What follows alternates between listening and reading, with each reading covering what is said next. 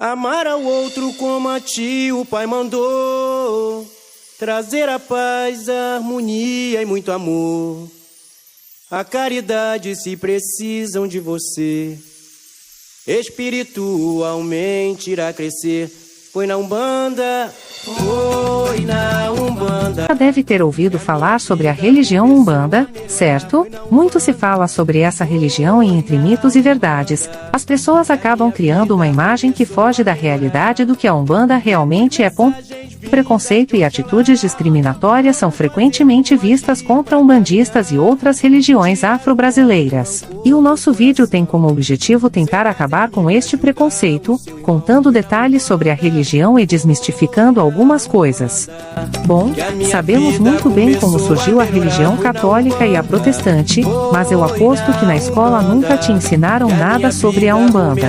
Então vamos lá, se formos comparar a Umbanda com as outras religiões, uma coisa é certa, ela é uma religião extremamente nova com um pouco mais de 100 anos de existência. A Umbanda nasceu na virada do século XIX para o XX. Assim como outras religiões semelhantes à Umbanda tem forte embasamento no kardecismo.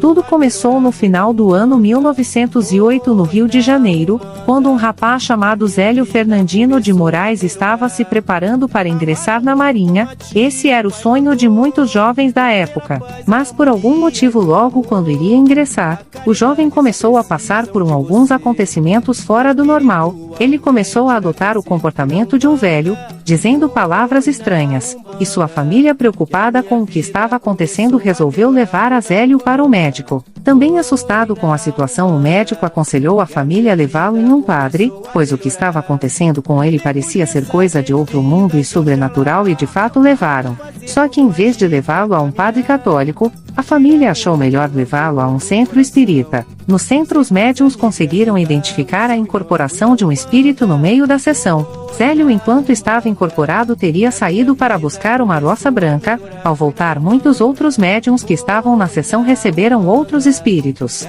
A entidade de Zélio então resolveu se identificar, dizendo que era o caboclo das 7 encruzilhadas, e que voltaria no outro dia na casa onde poderia ser escutado.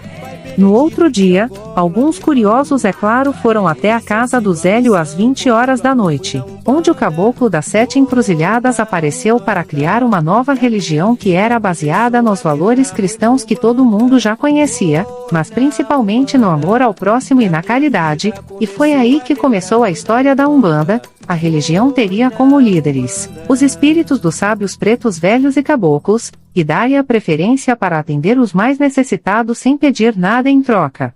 Além de definir quais eram os valores dessa religião, foi o caboclo quem definiu que todos os médiuns deveriam usar roupas brancas em locais que eram dirigidos por pessoas que o seguiam. Tendo os preceitos de Jesus a passar, podemos considerar a Umbanda uma religião relativamente cristã. Na verdade, há muitas divergências sobre esse assunto e quantos umbandistas acreditam em Cristo e até seguem seus ensinamentos. Eles também seguem os ensinamentos de outros sábios de forma harmônica, ou seja, seguir os valores de um não impede de também seguir os valores do outro. Para alguns umbandistas, Jesus é amoral, considerado a morte comportamental. A história da vida de Jesus serve para nos espelharmos, pois são as suas manifestações de amor que devem servir como exemplo. Por isso, em muitos terreiros ele está representado de braços abertos e no lugar mais alto do altar. E além de Jesus, em quem os umbandistas acreditam? Essa é uma dúvida muito comum entre as pessoas, então eu vou tentar ser o mais detalhista possível. Para começar, a Umbanda é uma religião monoteísta, ou seja, eles acreditam que existe apenas um Deus que é chamado de nomes diferentes nos terreiros. Em alguns casos ele é chamado de Olorum, em outros Tupã, Zambi, e até Ouro do Mar, mas independentemente do nome, Deus é apenas um, o que criou todo o universo, que deu origem a tudo e a todos e está presente em todo lugar.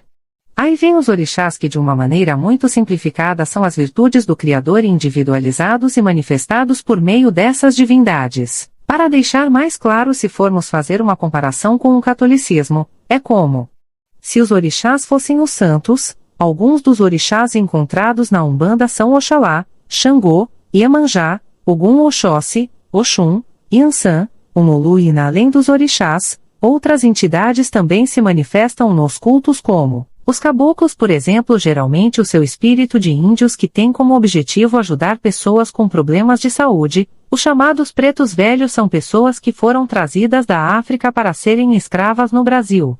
Apesar de terem sofrido muito quando estavam vivas, essas entidades são consideradas espíritos evoluídos que dão bons conselhos para quem também procura evolução. Já os baianos são pessoas que viveram na Bahia, mas que optaram por serem guias e ajudar quem precisa, tendo foco no emprego, saúde, força moral. Os ereis com o seu espírito de criança que estão sempre rindo e brincando, essas entidades têm fama de consolar os aflitos pais e mães, e às vezes acabam cometendo uma travessura ou outra. Ainda temos Exus e Pombagiras que são mensageiros dos orixás. Para destacar que Exu é o masculino de Pombagira o feminino, e é aqui que existe um grande equívoco sobre esses dois nomes. Existe um mito de que tanto Exu quanto Pombagira estejam relacionados com o demônio. Porém é esse tipo de boato que faz muitas pessoas terem preconceito contra a Umbanda. Na verdade eles nada mais são do que espíritos que já vivenciaram diversas encarnações, mas que se encontram em um estado evolucionário superior que os permite ajudar a quem recorrer a elas. É importante deixar claro que a Umbanda tem algumas diferenças de acordo com a localidade.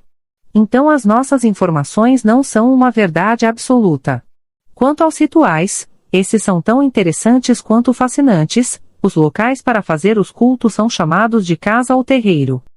Mas também são feitas celebrações ao ar livre, geralmente junto à natureza, como em cachoeiras ou praias. Os rituais são liderados por um pai ou mãe de santo, que também tem o dever de ensinar a doutrina para seus discípulos. Nos rituais umbandistas, são tocados atabaques, que acompanham cânticos sagrados em português e em iorubá, além de receberem incorporações, por meio dos médiuns das entidades, que têm o poder de cura, aconselhar, avaliar e modificar a vida das pessoas.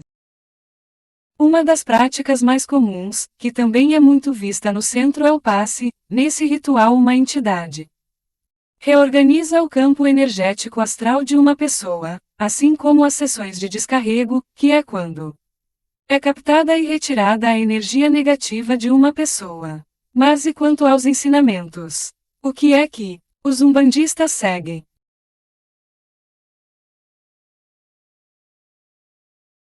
As outras religiões costumam ter um livro sagrado como guia, como é o caso da Bíblia. Os umbandistas não seguem uma escrita sagrada em específico. Para ser mais claro, eles têm a liberdade de estudar os livros sagrados de todas as culturas. Eles consideram que o sagrado na verdade é a criação, a natureza, os animais nas matas, as pedras e as pessoas.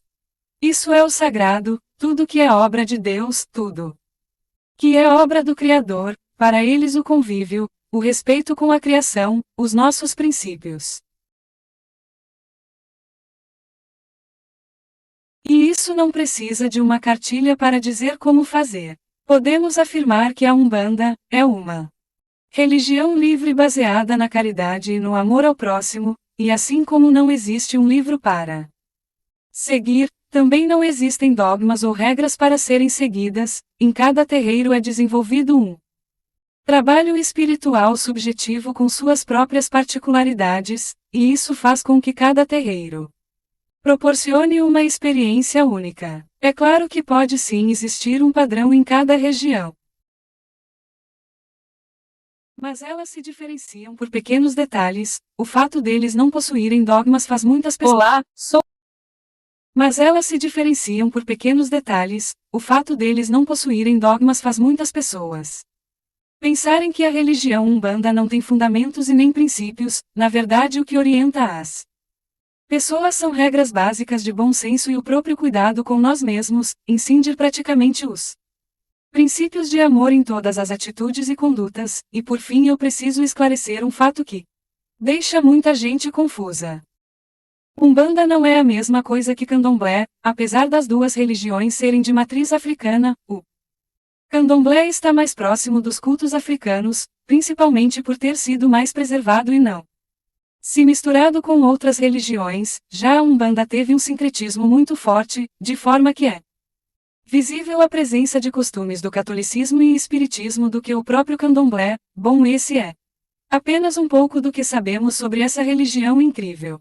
Espero que as nossas informações possam ter sido esclarecedoras, mas fica aqui uma dica: tudo que eu disse são informações um pouco superficiais, e se você realmente quer conhecer mais sobre a Umbanda, eu te aconselho a conhecer um terreiro. Por hoje é só isso, tchau. Mas Oxalá criou a terra, Oxalá criou o mar, Oxalá criou o mundo, onde reinam os orixás. A pedra deu pra Xangô, meu pai é rei justiceiro. As matas deu para Oxóssi, caçador grande guerreiro.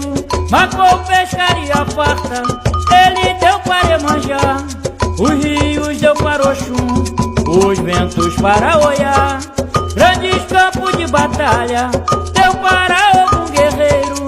Campinas para Oxalá deu para seu boiadeiro. Jardim com lindos gramados deu para as crianças brincar. Oxalá criou o mundo onde reinam os orixás. O poço deu pra Nanã, a mais velha orixá. E o cruzeiro bendito deu pras almas trabalhar. Finalmente deu as ruas com estrela e luar. Para Exu e Pombogira nossos caminhos guardar.